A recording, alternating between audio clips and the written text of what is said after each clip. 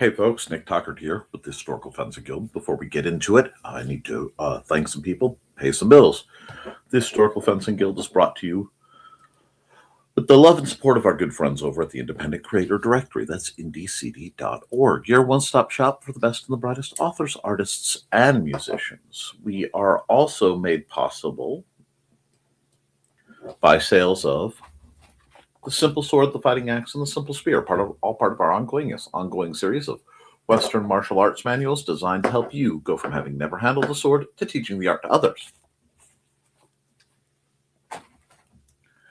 And especially right now, we are also made possible by IndieCD.con3. It is a free convention held in lovely Fowler, Indiana, where authors, artists, and other creatives like myself are coming together to have this wonderful opportunity to interact with the public, sell folks, let people get their start in doing the vending side of things. And it is a chance to meet me in person at, that will be March 7th, 2026, 10 a.m. to 8 p.m. 410 South Aid Way, Suite B, Fowler, Indiana, 47944. All right. Hi and hello. We got some comments. Let me double check on those real quick. Oh, hello, Sarah. I wasn't planning to do a live stream today because up until about an hour ago, we were absolutely buffeted with winds, and both my internet and my power were flicking in and out. So at any point, this stream could crash. However, I really want to be putting out content of service while I make some next new materials happen. I recently, and we're going to get into it, as part of the issues I had this morning on my other show, Never Mind the Furthermore, I was able to enter through my phone as well as the standard computer entry, which means I now have the opportunity to have two cameras after a fashion that will allow me to give better angles on either sparring practices or demonstrations. So I am very excited to try to work out the nuts and bolts to see if I can get that to work well for the intended Patreon videos and the demo programs. Because being able to look at things from multiple angles will very much help people's understanding of what we do. So I will be tinkering with that behind the scenes.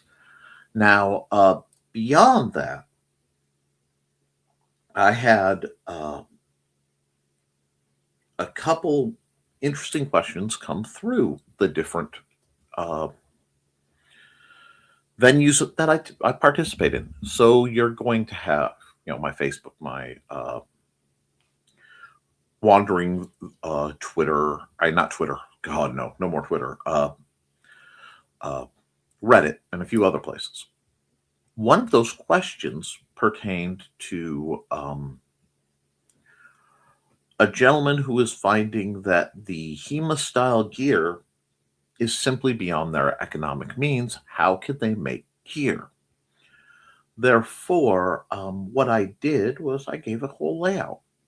And it was a useful enough lecture, useful enough breakdown that I wanted to do that for you guys. I may end up having to retitle this stream, but I'm going to do this. Oh, hi, Houston Dave. Off the cuff, much as I did when I responded to him, because I'm not going to bring up the actual message. It's not that important. But what is important is being able to sort out and explain some things. So, nope, I don't want that set up. I need to add to stage. I want that one. Cool. The question that was posed to me was, ooh, that's a lovely color, but not what I need. We'll just go black for now. Keep things simple. How? There is a second thing to make a gam. I think there's an E in Gambison. I can't remember. I'll be honest, my spelling's never been my strengths. No, I could do that if that's something you want after this, if everybody's friendly. But make a Gambison /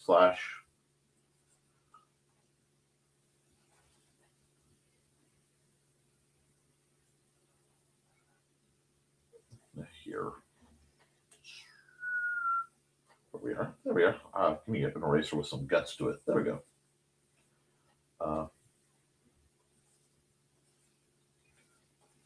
Padded armor jacket.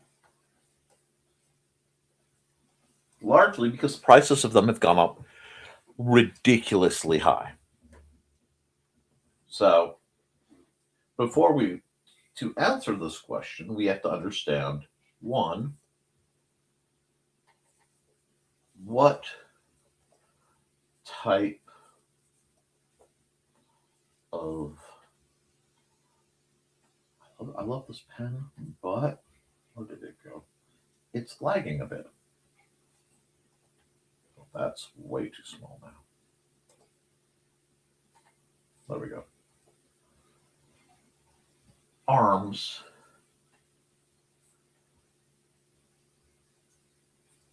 is it pairing with? Now, the reason we have to do this is because your armor always has to match your arms. In the real world, it was a give and take. Until you had the advent of practical, effective firearms on the battlefield, armor really was ramping up towards more and more heavy, more and more protective. But when firearms started piercing through it as relatively easy as they did, it negated. Sorry, that should be a width. Against. Okay, so we're going to go under the settings. Steel. Blades. Bladed fencing. Swords. This is anything from foils all the way to schlagers and heavy sword, practical rapiers.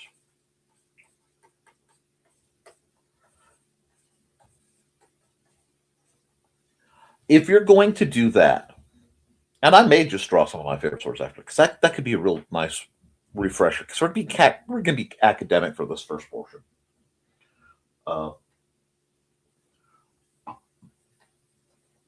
I would borrow from SCA and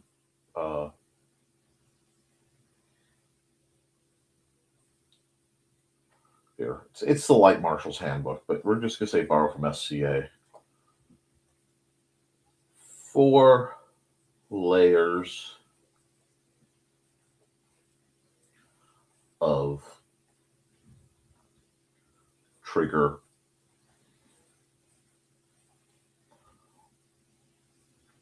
which is a tough canvas-like material. This is going to reverse broken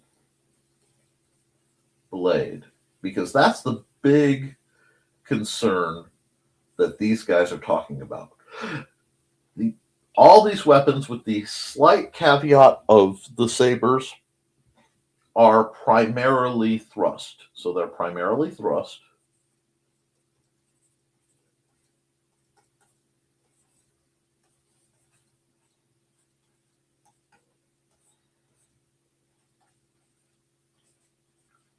So that's what you're going to need to protect that.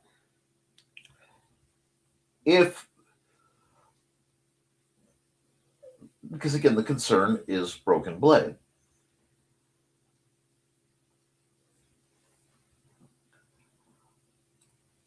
However,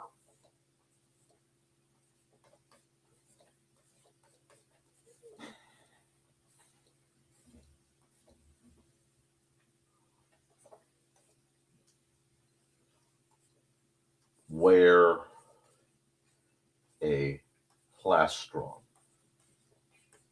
A plastron is a thin piece of usually HDPE style plastic or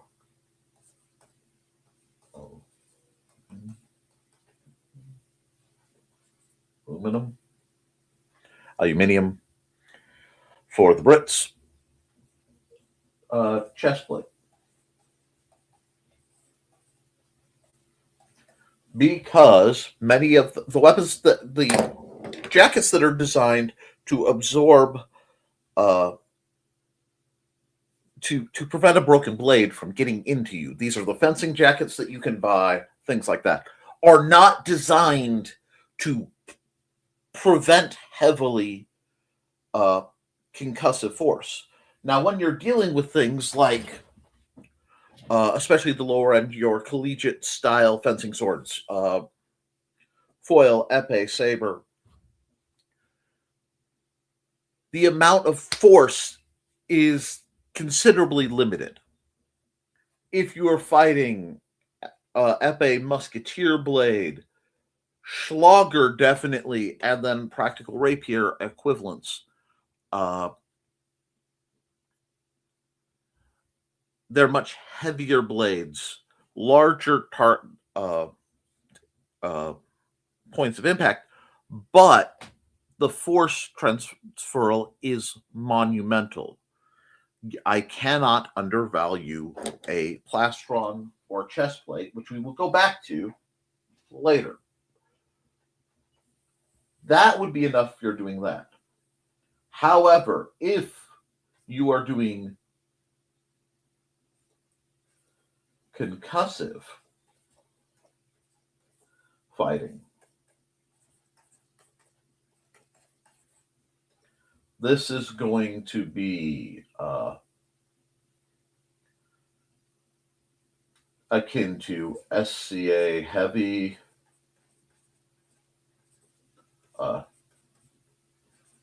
HEMA,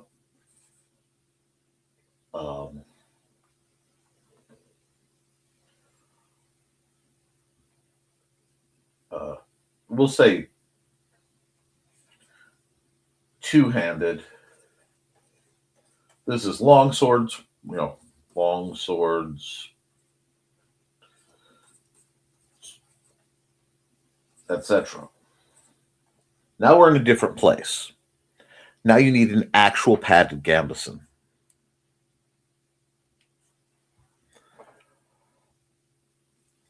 Found some people, lost some people. That's okay.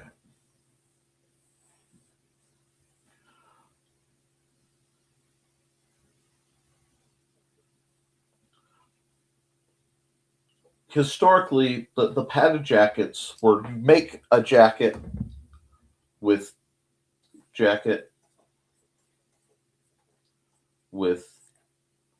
two or more layers,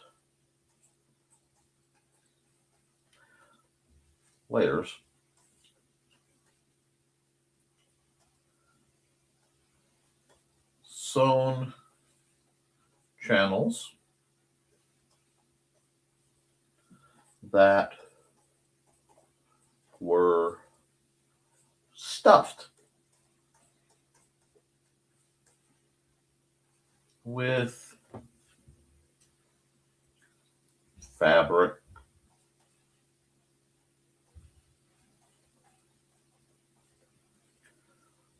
hair, wool. Again, anything to give you padding.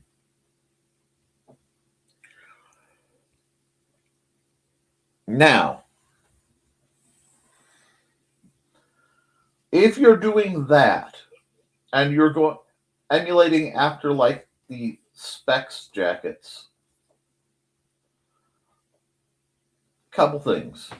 One, an old buddy of mine in the SCA, instead of filling the channels with this stuff, used soaker hose. Cut portions of soaker hose. I gave him a very sturdy jacket.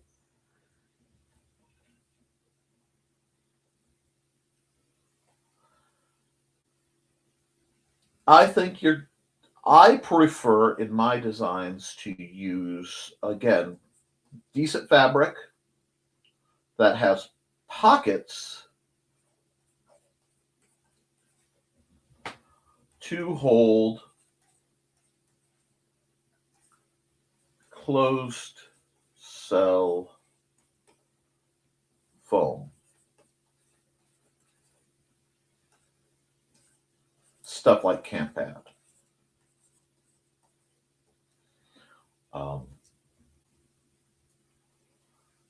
You also can insert HDP. Oops, sorry, my dyslexia is getting me. HDPE or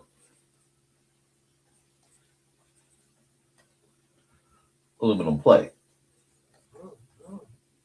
You could go with steel. You could go with other materials, but either HDPE or aluminum are not going to rust. And if they're in a pocket, they're contained. That's for all your flat portions, the planes of your body.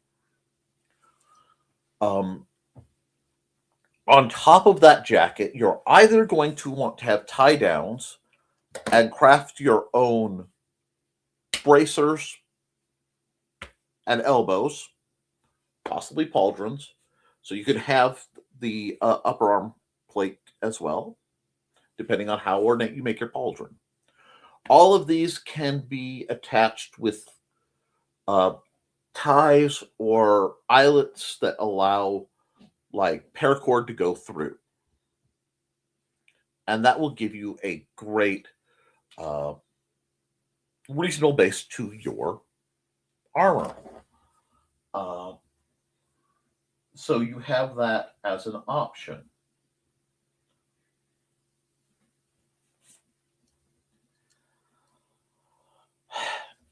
Knowing that that can work means you can stack it. So what you can end up with is a pattern that looks, when it's viewed, something like this. Okay.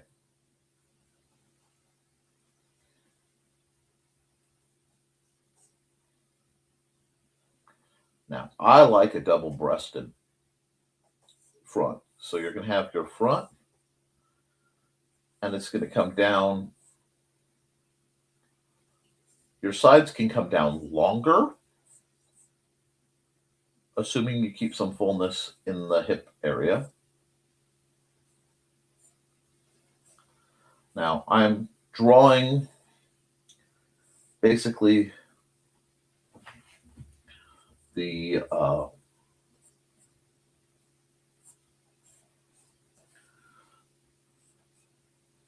clearest design I can think of offhand. Because I was asked to do this, I'm going to do it. I'm going to at least talk through. In the jacket itself, if it has a double I went to erase it with my finger. I've been doing so much dry erase work lately that I went to erase it with my finger. We'll just do it like this. It's double-breasted industrial Velcro here and industrial Velcro here. Possibly some physical buckles along that side, right? In here, so we are looking down on the coat. I don't put the shoulders. I'm going to open it up a bit for you guys to get an idea of what I'm talking about. It, of course, isn't going to be perfect, but I want you just to at least see.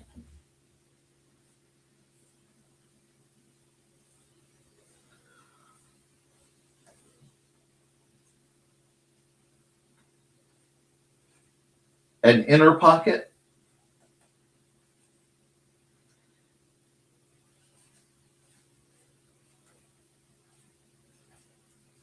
Foam panel.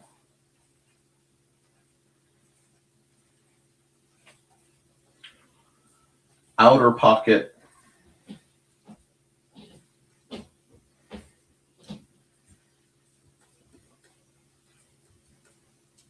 Plate. Now, you can use a similar method to have plates attached either internal or external to the sides. Bracers, pauldrons.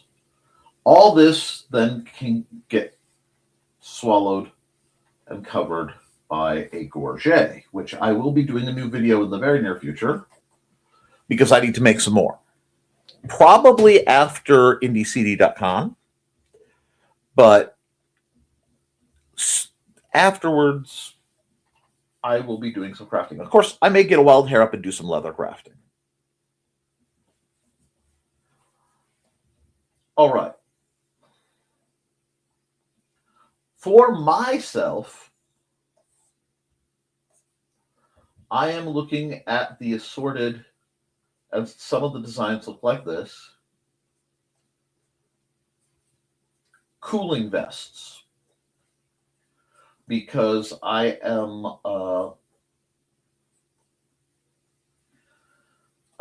medically extremely susceptible to heat now as part of some conditions. I have to look at how to work through it. But these are actually variants available on Amazon, so they should be able to get most places. Haven't quite figured out the right one. We're going to work on this, or I may just simply get the inserts and put them in the inner lining and then put attached foam to the back. To attach foam to plate. The rigid crafting materials that you could use for your plates. Let's go over that real quick.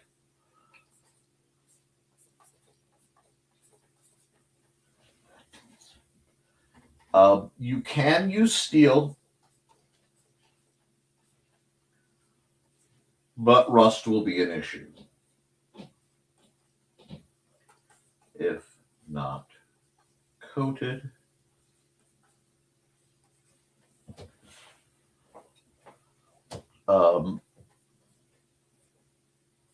Aluminum.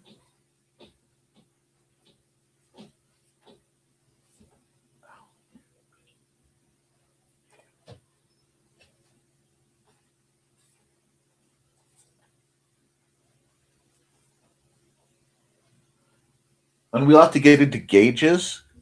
Thank you.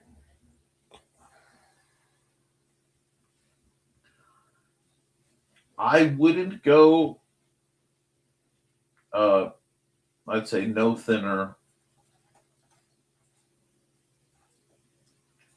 than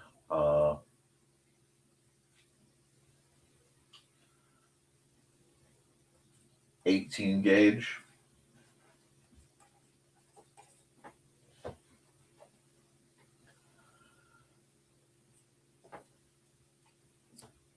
Aluminum, you're going to want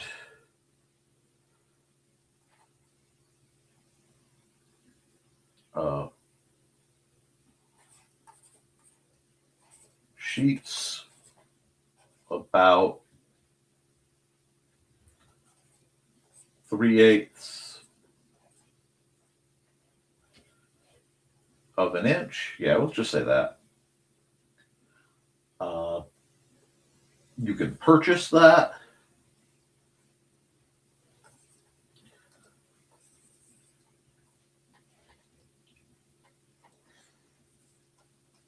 Purchase or scavenge legally. I'm going to say this, guys. Read me on this. I'm even going to get big. Okay?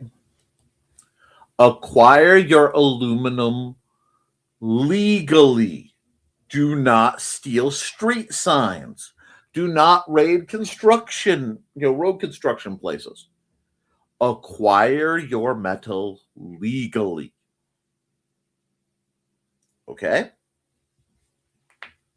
Okay.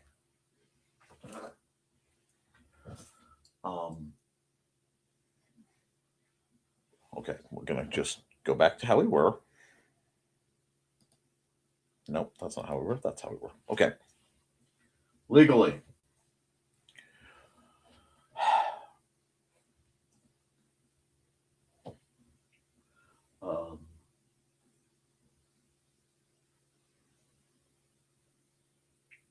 Street signs.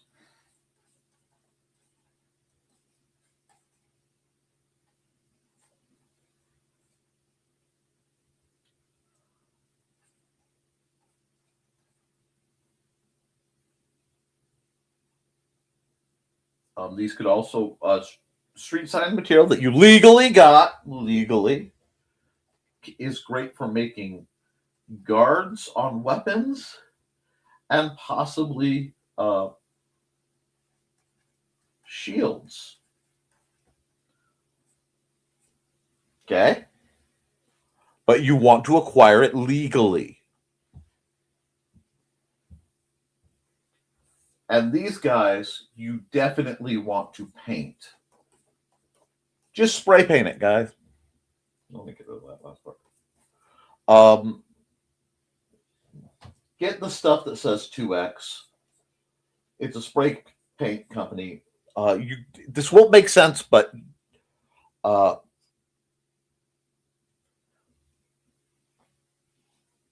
cheap spray paint is not worth the price. Do you understand what I'm saying? You may not, but cheap spray paint is not worth the price. Okay? Even if it's internal, spray paint it. Any metal, round, all corners.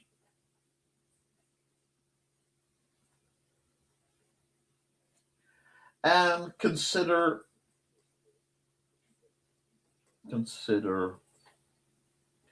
a nibbler, which is a type of tool you can get reasonably inexpensive from any big box store for sheet metal.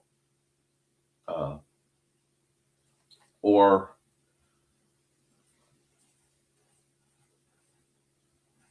Beverly shear.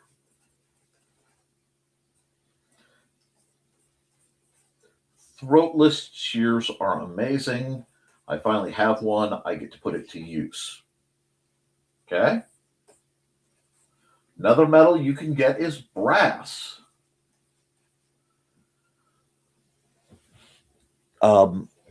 It usually needs to be backed by leather. Backed by leather. It is beautiful if done right.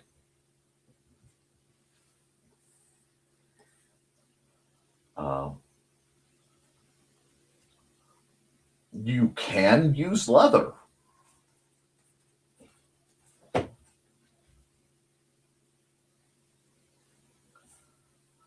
And you either have water hardened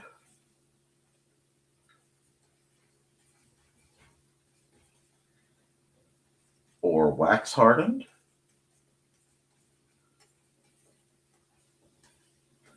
And it's sold in ounces. It can be a big thing.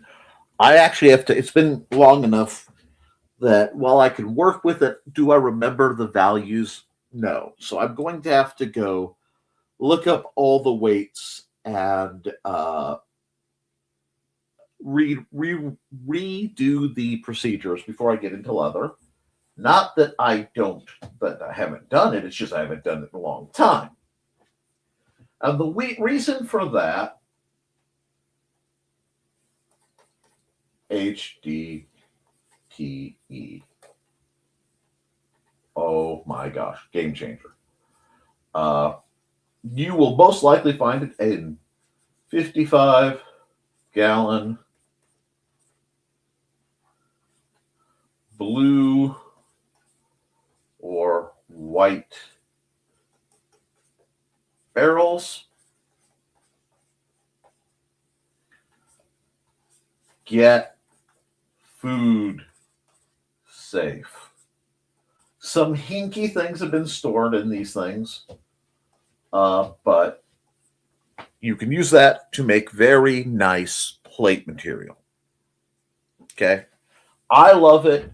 It can be plates. It can be guards. It can be with backing, usually shields. I used to have a large stack. Due to calamity, I lost them. Working with HDPE,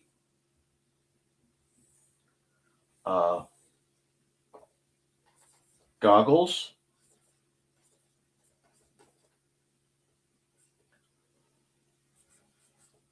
N95 or better.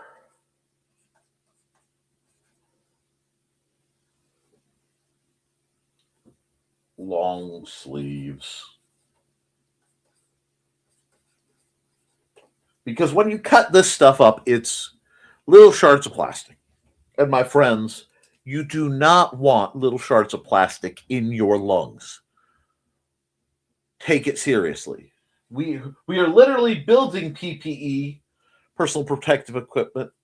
Let's use the right stuff. I don't want you guys getting sick.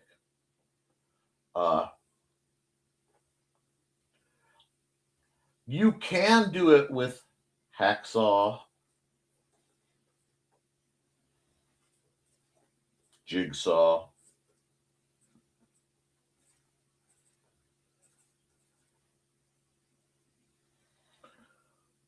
and drills. It's relatively easy to work with. I will recommend, depending on what you're doing with it,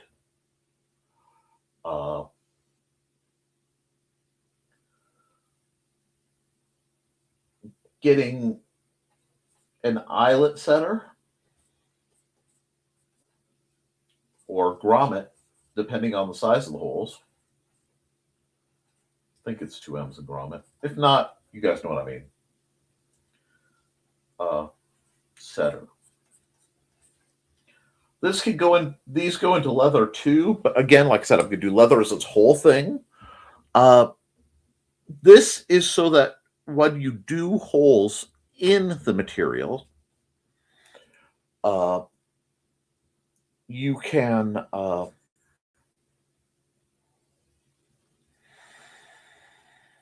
reinforce them And they're basically these two-piece metal things that curl around, and they make a cylinder that is flattened to the outside like a flange, and that lets rope or whatever material is passing through it pass through it without grinding away at the plastic. It's a very good thing to have. HDPE can also be bought in sheets, usually black.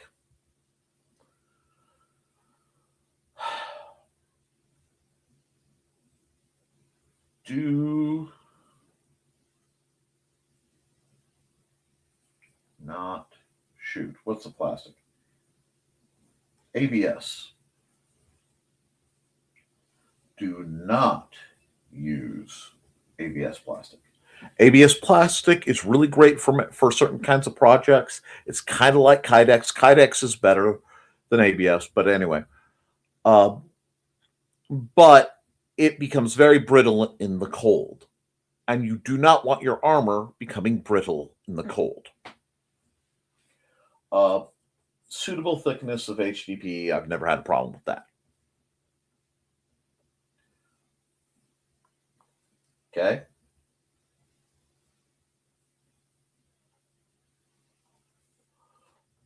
Why?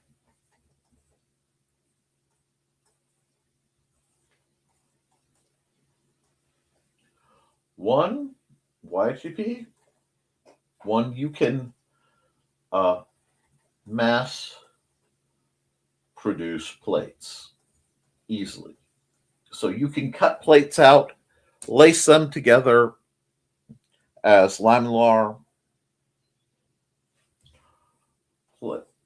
and make relatively flexible, relatively adjustable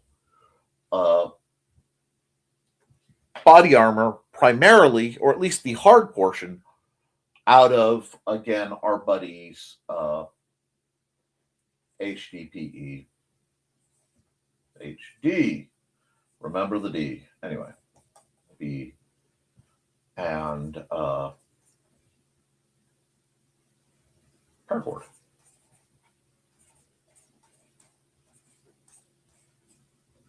$5.50. Great stuff. The benefits are you can do that out of this to cheap compared to the other materials, especially since it's relatively easy to scrounge. It's very cheap, very effective, and heat malleable. This is where it gets to be sweet. Because with either something akin to a toaster oven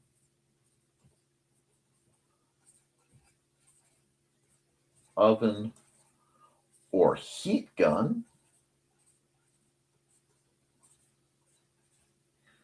you can really get very nice shapes out of HDPE. Wonderful shapes. Which is really good if you're making, something like a bracer, which before it's fully lashed up would look something like this before you lace it, or use rivets and leather, because rivets are your friends.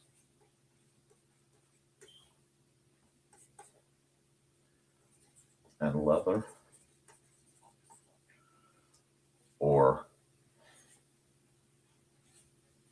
nylon strapping. There are options, but adding heat lets you shape it. So you can essentially take something shaped like this, put a hole there, put a hole there. We're going to make this hole bigger for a second. Heat shape it to be like this. So you heat it up, place it over a form, something that is heat tolerant, and it will take the shape so that it looks more like this. Sorry, I have to represent the three-dimensional. And then later you can add things. So you heat it, and then just put in water, like a bucket of water, like you would like you're quenching metalworking. It's a very similar process. So simple armor like elbows,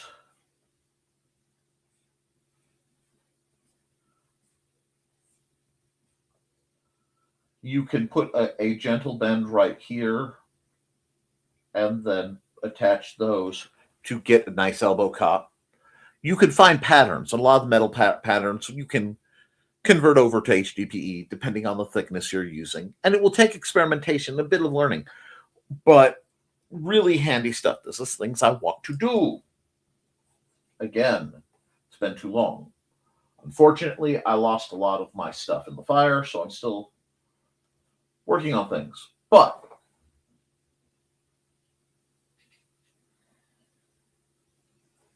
with all that, you can make a lot.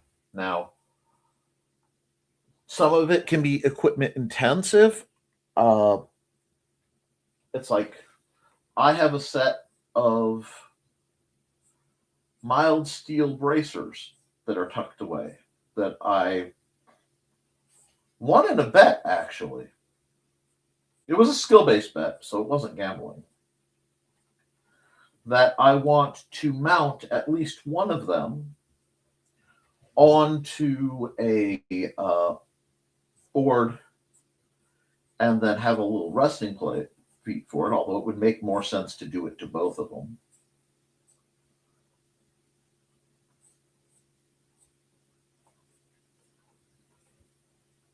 Okay, fine. That way I can just put fabric or something to keep the plastic from sticking too bad.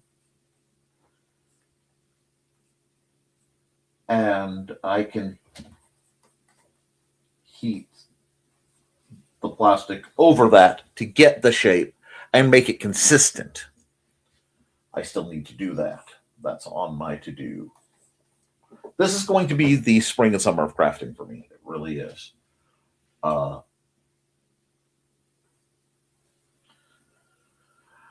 But when you start to get techniques like this, it transfers over to, again, guards, which transfers over to, okay, we can cut a circle out, reinforce it on the edges, add some strapping, simple shield.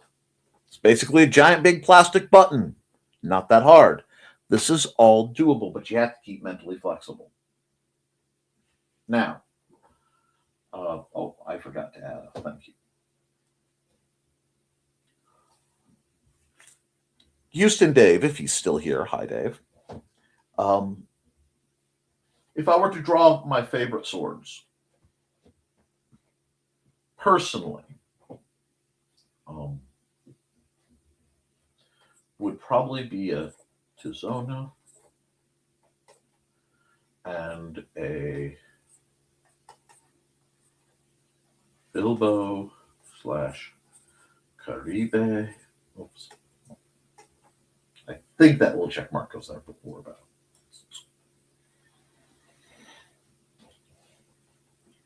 A Tizona is the classic cup hilt rapier.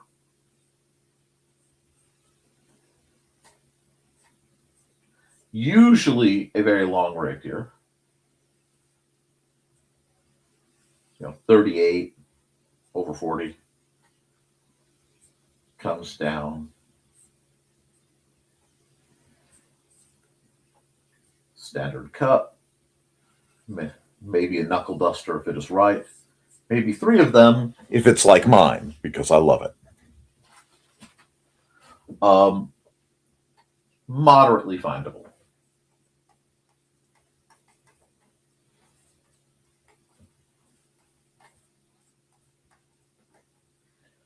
Bilbao is much more difficult for me to express because it goes like this,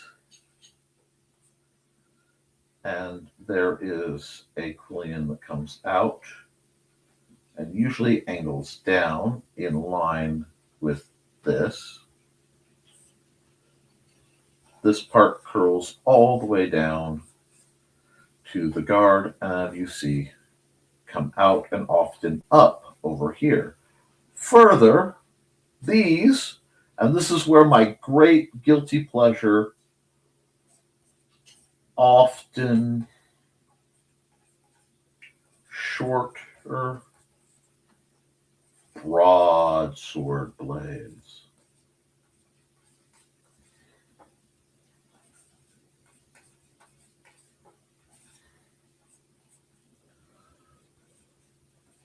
$24 to $32, maybe.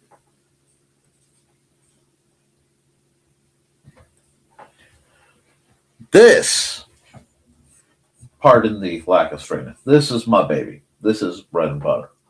The reason I like these far more than, give me a second. Wow, nothing is coming off straight. Than something with a minimalist guard or a ring guard or a nagel is simple hand protection.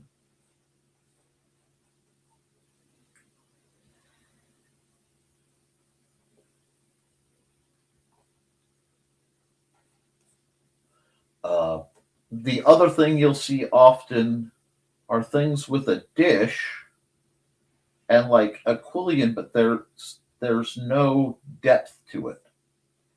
So it's very shallow and you can't get a finger under there. You'll see this in a lot of court swords. The goal is always, and I can show it better here, the keyhole grip. I have weak hands and wrists. I have nerve damage. That gives the most comfort, the most versatility. I can write my name in cursive with it. That should have been a little straighter.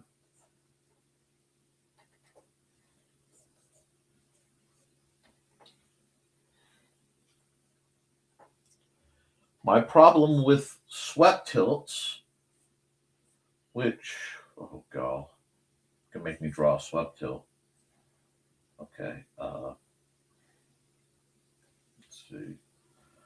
Because you have like a bar that comes down here, which is usually fairly sensible, and then bars that will come up around, and they can get very ornate.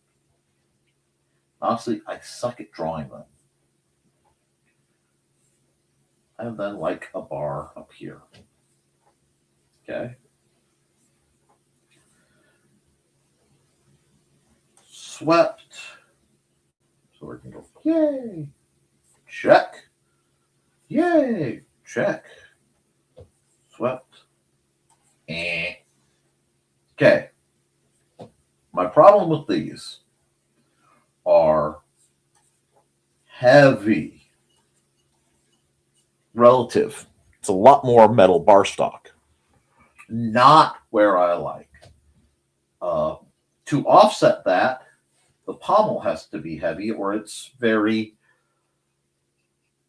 the balance is off. And it has openings.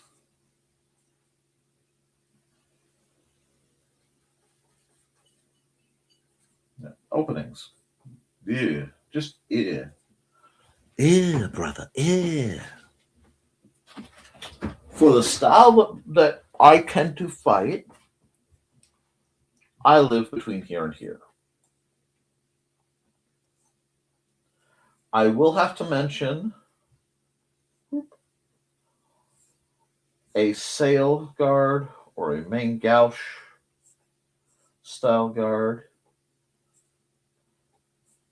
that you see on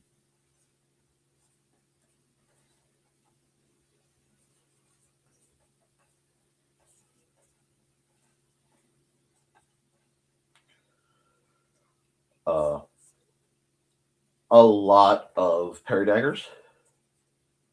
They're great on parry daggers. I'm not overly fond of them on regular swords. But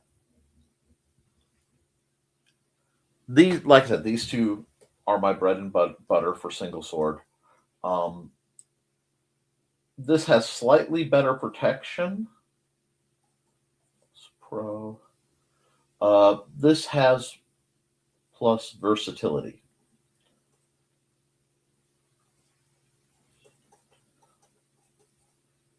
Whatever. That hurts. Anyway.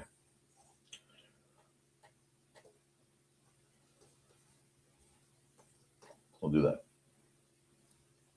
Because it's much easier to do a blade transfer with a cup hilt than it is with a Koepp. Both of these are Spanish. Both of these are correct. Okay, these are correct swords. They just make sense. I would rather have more protection on my hand than less. I would rather have a weapon that is comfortable to wield over time and has some type of advantage. There are some people who would say that this might be this is not a true sword. This is not a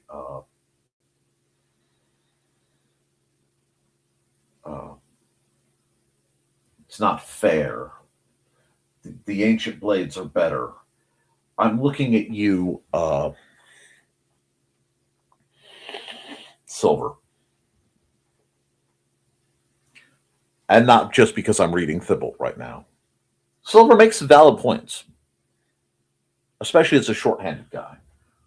That's why for me, the Koepp is the best. And I have to use the Koepp because if I say Bilbo, everyone sees a Bronze Age, primarily Celtic leaf-bladed sword or dagger. And that is not what I'm looking for. Not saying they're bad. They're quite nice, but they're not this. A cutting blade that has enough stout to control, that's long enough to be a viable threat, but short enough to use indoors and in relatively confined spaces, with hand protection so that it's essentially the exact same as using the early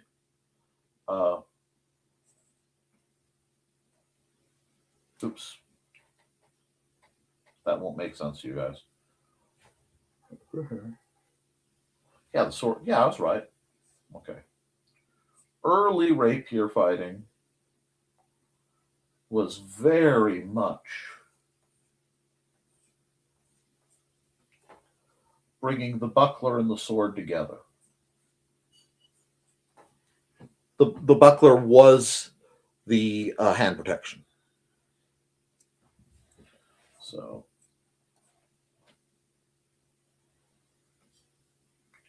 however, let me just do that and make it easier to see.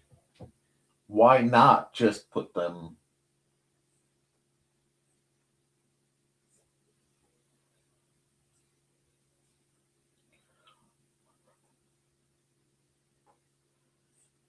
sticky sword plus little buckler, and I love my little buckler. I have a little buckler. Equals cup hilt.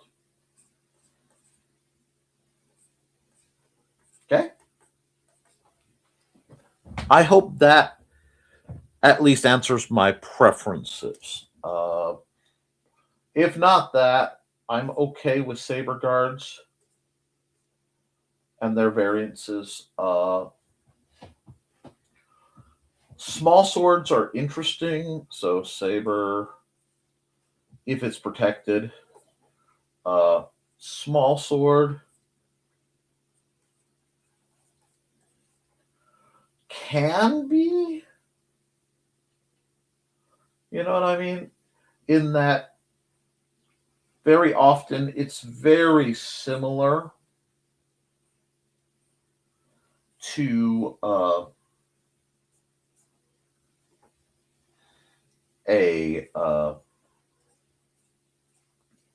light rapier, just easier to carry.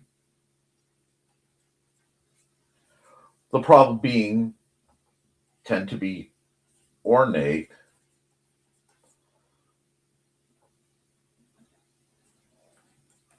Either black quillion, but that's a G, not a Q, Nikolai. Quillions or keyhole. They're very efficient, very precise. Weak forte. And yes, I am going to call it forte. Some people told me it should be fort. Those people are wrong.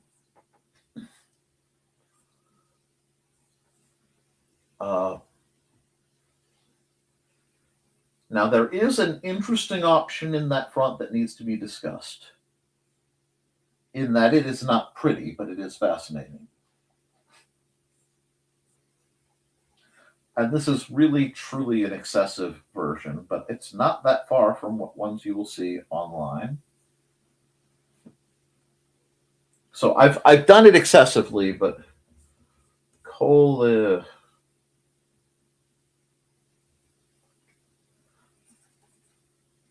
something, which is a transition. They're interesting. I'd have to handle one. I might really like it. But I am a bit more fond of the cut, so I find myself, why not, again, go back to Koepp build-up. If I'm going to have something, why not have something that does it right?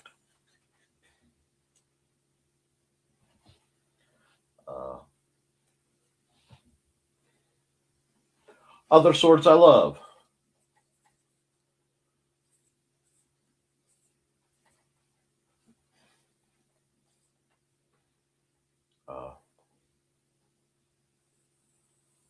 Any form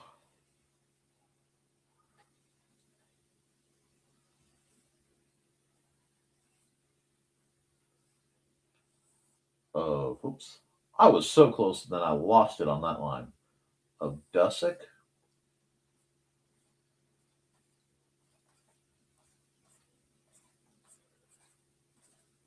Hanger, Messers.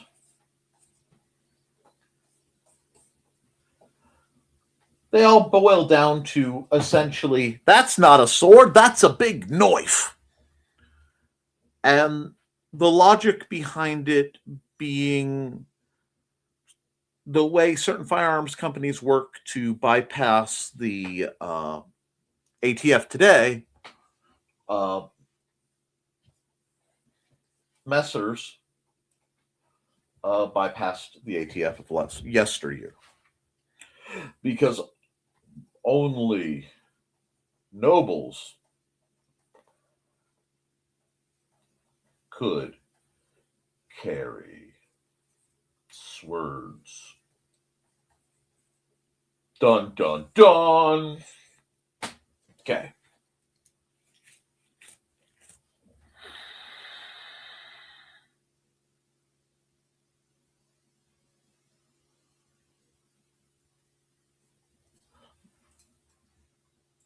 And to them, a little bit of my favorite history lesson. A sword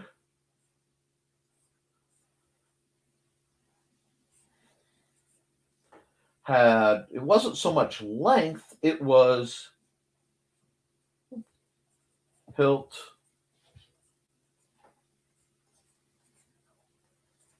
pommel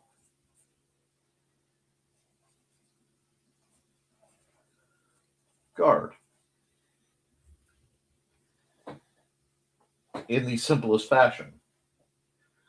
But a knife, and very often, and we're doing it kind of exploded, so we'll have to, was two-edged, right? A knife, single edge,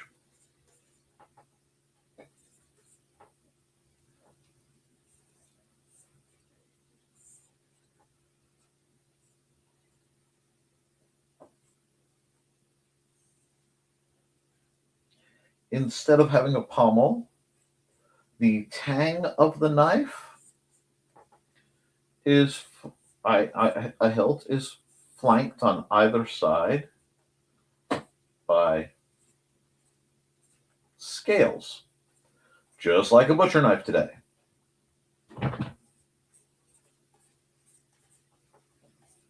So, not a sword. This delights me. The history of it delights me. The irony of it, because you'll see, hold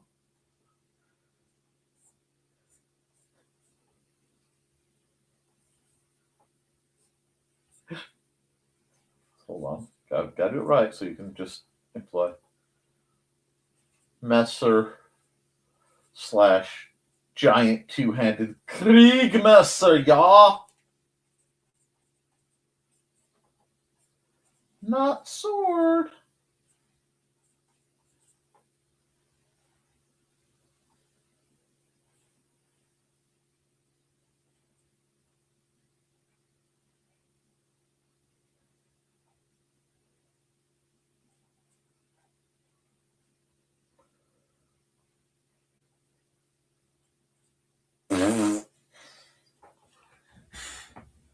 Huzzah.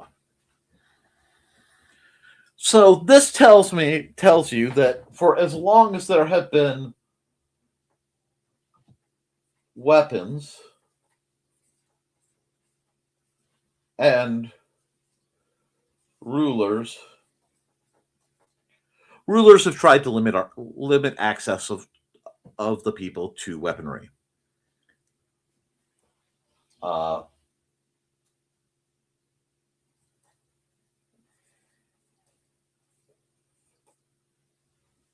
I'm not going to do it that way. For you. And you'll see that today. Ironically, anywhere 2 points of hystericalness. Now,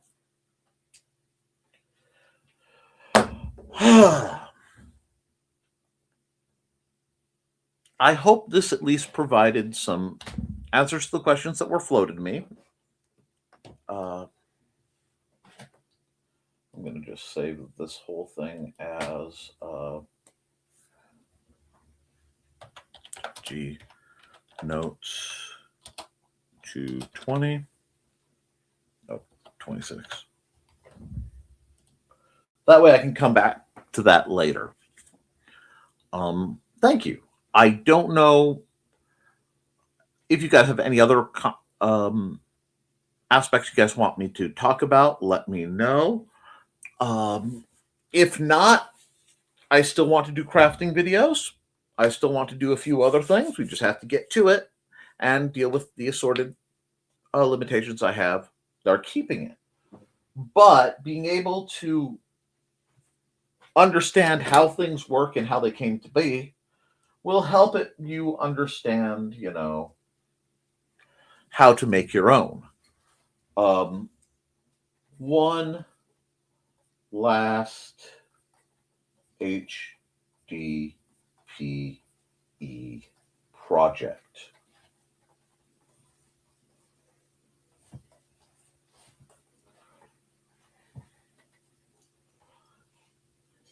you will need one roughly quarter to half inch thick cutting board,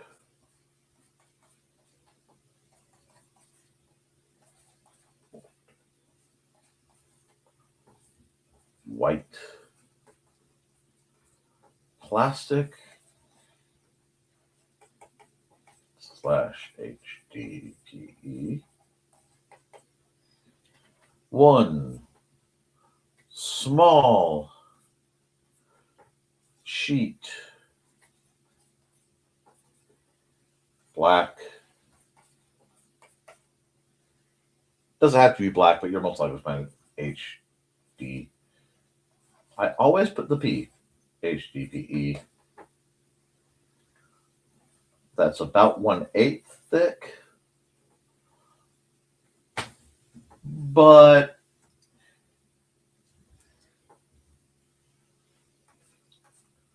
greater than or equal to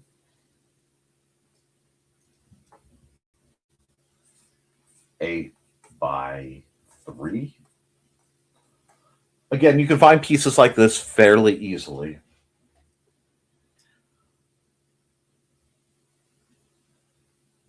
Either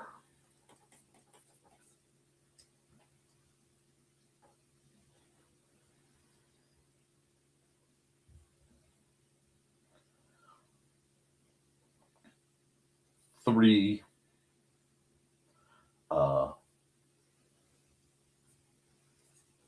bolts and matching nuts.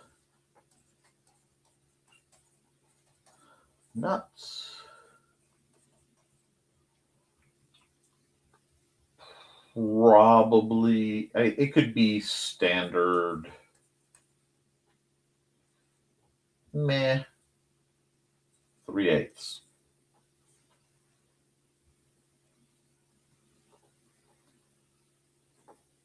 6 washers.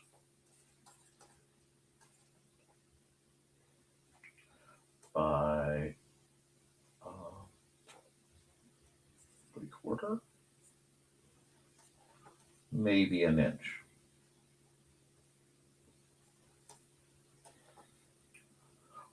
Take your cutting board, as big as you can get, draw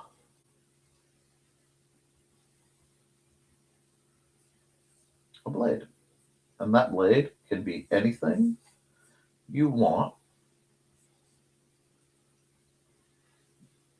Let's see, this is going to be 4, 3 Chicago screws.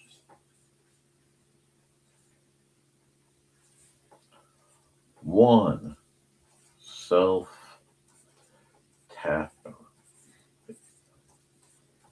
screw.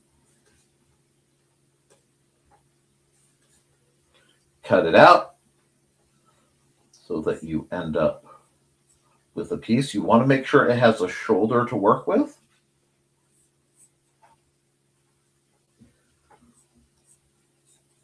This part must be wide enough to be a comfortable grip. Okay? Take a flexible tape measure and measure roughly along here. What you're going to do then is take, and you're going to make a shape that's basically a teardrop. So let me, because I started to do it curved. Okay. So a shape that looks something like this. You could drill a hole there. You can drill and cut out a rectangle the size of this part.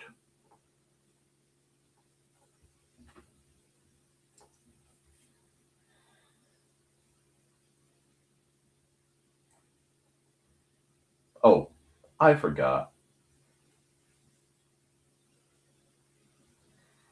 2 samples of nylon flooring.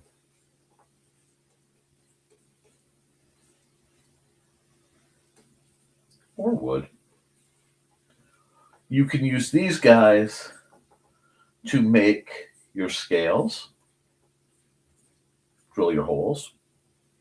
More organized than that, though, so let's make it prettier for you. Matching holes in the hilt. This pops on. Your scales go there. Your screw possibly. Yep, wait, forgot washer. Because we want to be nice. Washer goes in there. And you can make yourself a reasonable, fully guarded Dusek style weapon, relatively cheap. Basically, how cheaply you can scrounge these kinds of parts. I want you guys to think that way, okay? Because with the added expense of the way the world is, a guard. In this case, let me see.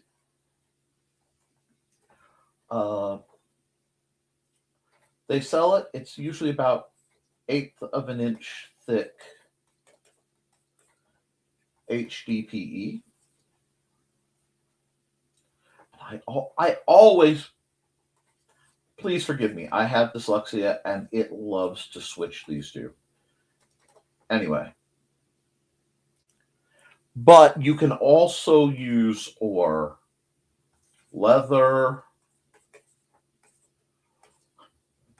or aluminum plate.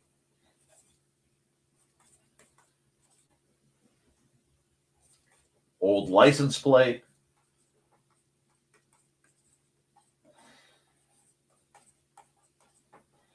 This is one of those where we want to be flexible. And I realized I did all that off screen again. That's not the one I want. This was. So 1/8 of an inch thick HDPE, leather, or aluminum plate. The idea in part is to teach yourself to think like a scrounge. Many people who grew up with a level of applied prosperity were never trained to think this way. And it's a really, really great way to flex your mind. You could go thicker. You could go blue barrel plastic.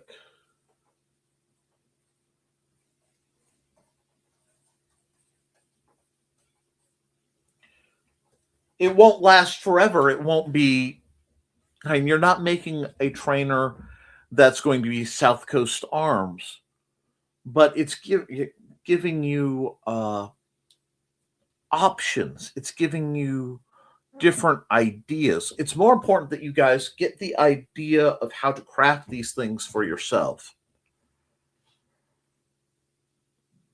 than it is for you to be get caught up on the specifics. Because what I want is to create as much mental flexibility as possible. And I hope that helps. Great question, Merrick Vigunda. Forgive me if I mispronounced your name. But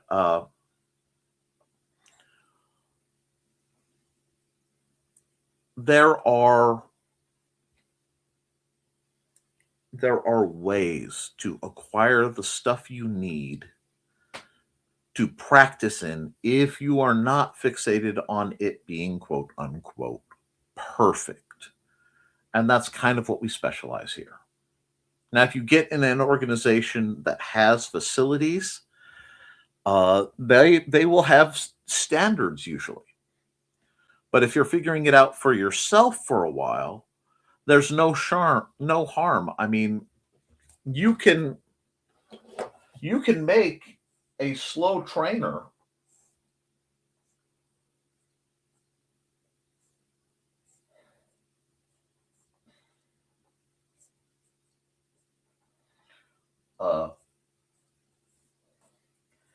out of a single piece of wood lath for about 25 cents. Now, it won't hold up to abuse, but with that and some wood glue, I would again add some kind of scales. But you can crank out something out of next to nothing and have it work. We need to embrace creativity. If the economy is going to be difficult and the world's going to be scary, we need to think, not just think outside the box, how can we bend the box into something else? All right, guys? But I've gone an hour and a quarter, and I am going to get probably yelled at by my family. So, guys, thank you for coming up. Oh, I'm very glad, Merrick. Save this one. If you have any questions, feel free to keep commenting here or hit me up directly. My information has been scrolling across the bottom. I do have a Patreon, but basically the Patreon funds what I'm doing here and what I'm setting up to do in the near future, because I'm going to be doing this summer. My goal is to do some limited blacksmithing and possibly teach myself low-level welding so that I can make metal guards and make my own swords and stuff, because I love them, but they don't always make what I want and they're expensive. So I've spent years getting the tools and stuff and skills together. I just need to apply them. And since my health issues seem to be holding up all right, I'm going to keep doing that. So, guys, I will be back next time this week, either with a new pre-recorded video, a crafting video type thing, or another live stream. The only one that I can guarantee I won't be here for is February 6th, because that night will be set up for IndieCD, one of the two conventions that I run. That's IndieCD.com 3, primarily for the folks involved with the Independent Creator Directory, but not solely. It's a free admission site in Fowler, Indiana. Authors, artists, creatives come together to promote your books. I do tabletop gaming. I do live on-site art for the people who come. We can talk swords and shenanigans if you guys show up. There is no fee. When I set it up, I only charge the vendors enough to help me pay for the site. And then if I get anything extra, it goes back to the vendors in forms of, hey, I picked up some food for them or something like that. And I keep it free because I want people to spend their money at the tables, not have to give it to me. So we're third year doing this. If you are in or can be in the, I guess it would be West Central Indiana area, swing on by. If not, I'll see you all soon. So guys, keep your guard up, keep your eyes open, do your drills. And thank you for supporting your local swordmaster. I will be back next week, and hope you all have a lovely night. Toodles.